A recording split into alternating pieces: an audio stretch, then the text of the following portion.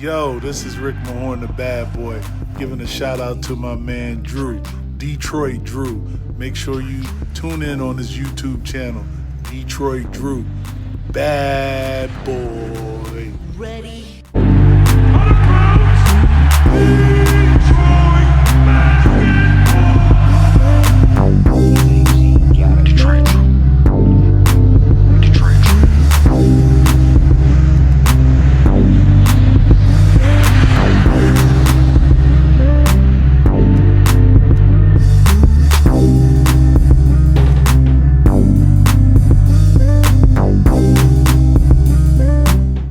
Peeps, finally, thank God it's Friday. Tomorrow we will be live on my channel. As of right now, JMO has had some stuff come up, so this may be on my channel, it may be on his. It's kind of be a last minute decision, so just stay tuned. As soon as I know, you guys will know as well, so just stay tuned for all of that.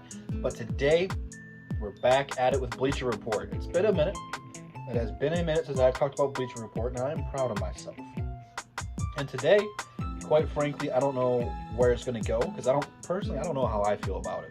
But they're going through with each individual draft prospect this year, telling you where they projected they will fall in the draft, or where they'll go in the draft. I don't want to say fall, because fall is not a good term for it. Just about where they're projected to go. And they had Deni Avdija going 4 through 8, a very realistic one there. And then they would go ahead and say worst landing spot. And Bleacher Report gave Deni the worst landing spot, the Detroit Pistons.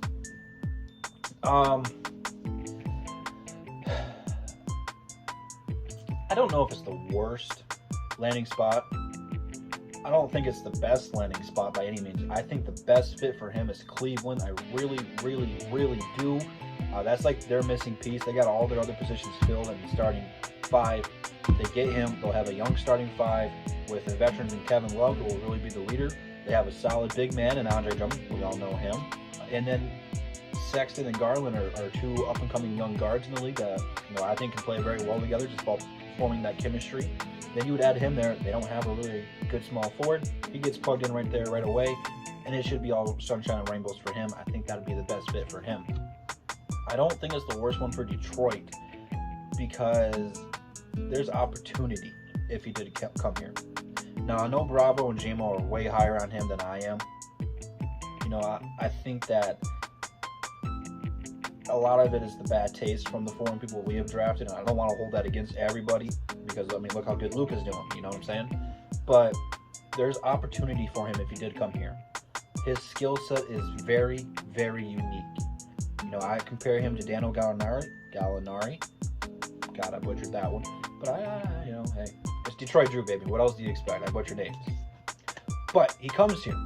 Yes, he's a natural 3, but he can play 1 through 4. Now, defensively at the 4, he's going to suffer. He's a pretty good defender, though. He's sneaky good at defending. He's actually a pretty decent shot blocker. We went through, and I believe we watched some highlights together. He is a very good spot-up shooter in the corner. If you get him open there, it's almost cash money. But he is able to play make and initiate the offense. So does that mean he needs to run the point guard? No. But for right now, the Detroit Pistons do not have a point guard. His skill set can come in here and kind of help cover that up if this is the route we go. Because I do believe if he's available there at 7, the Detroit Pistons are going to be taking a very hard look at him, because that would mean one of the guys that I have been talking about these last couple of days means that they have been taking ahead of him.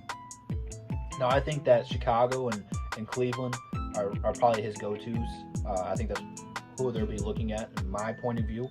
And I'm sure we'll do a mock draft, and I'm sure we'll have different options here, because it's kind of open. I don't think that any team's zeroing in on one player. I think everyone's kind of open to experimentation, just because we don't have March Madness this year, and it wouldn't have affected Deni anyways as he played overseas. But I'm talking about for the rest of the guys in the draft class. That time to make a name for yourself, the last chance to help boost your draft stock, got taken away. So it's kind of weird, because I don't know exactly where everyone's going to go. Roughly, I kind of do. But if he comes to Detroit, man, it's the same thing with all these young prospects. He's coming here.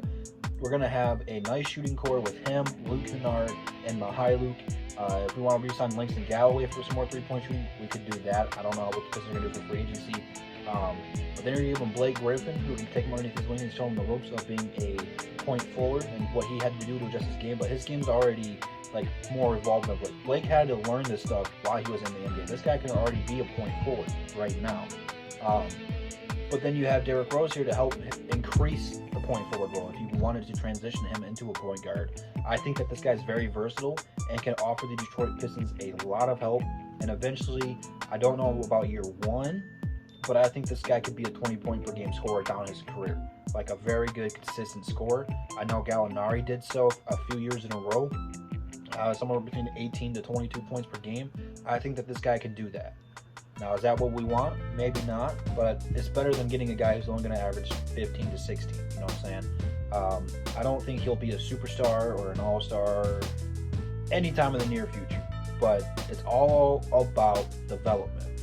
And coming to Detroit, Troy Weaver has taken the right guy several times in OKC.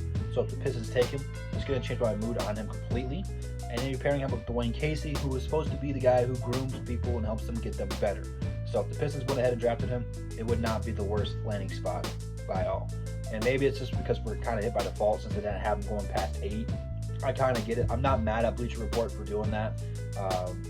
But again, I really want to get a point guard in this draft. I like the guys that we have in the draft. There's some guys who have some really high potential in this draft. And Deni is one of them. It's all about his development. That's the key word with any draft prospect. Not just him, not just Killian Hayes, not just Kerry Lewis, not just with Cole Anthony or Halliburton. That's the key with all of them. All of them. All of them. All of them. I'll say it one more time. All of them. And I think if he comes to Detroit, we got Derrick Rose and Blake Griffin. Those are two guys that any young player will look up to and respect and want to learn from. And Dwayne Casey, believe it or not, is a very respectful coach. Players love Dwayne Casey, so I think he'll respond nicely to him. However, I do think if he does come here, he will spend a lot of time in the G League in year number 1. I really do think that, and I'm not saying he's going to be strictly put down there, but I think he'll be bouncing up and down from the G League and the Detroit Pistons since the G League team is now in Detroit. And I think that's going to be the case with any guy we draft. So let me know what you guys think about Bleacher Report saying that Deni Avdija is the worst, I should say this, that the Detroit Pistons are the worst landing spot for Deni Avdija. Leave it down in the comments. I'm very interested in seeing what you guys have to say about it because I know guys are like up and down on him. You either like him or you don't. I'm just kind of like, he's okay, you know. But leave it down in the comments, man. Instagram, Twitter, DSA members, DSA website, DSA channel, all in the description. Will be live tomorrow for Above the Rim. So stay tuned with that. And I'll see you guys tomorrow. That's the bottom line because Double D said so. Peace.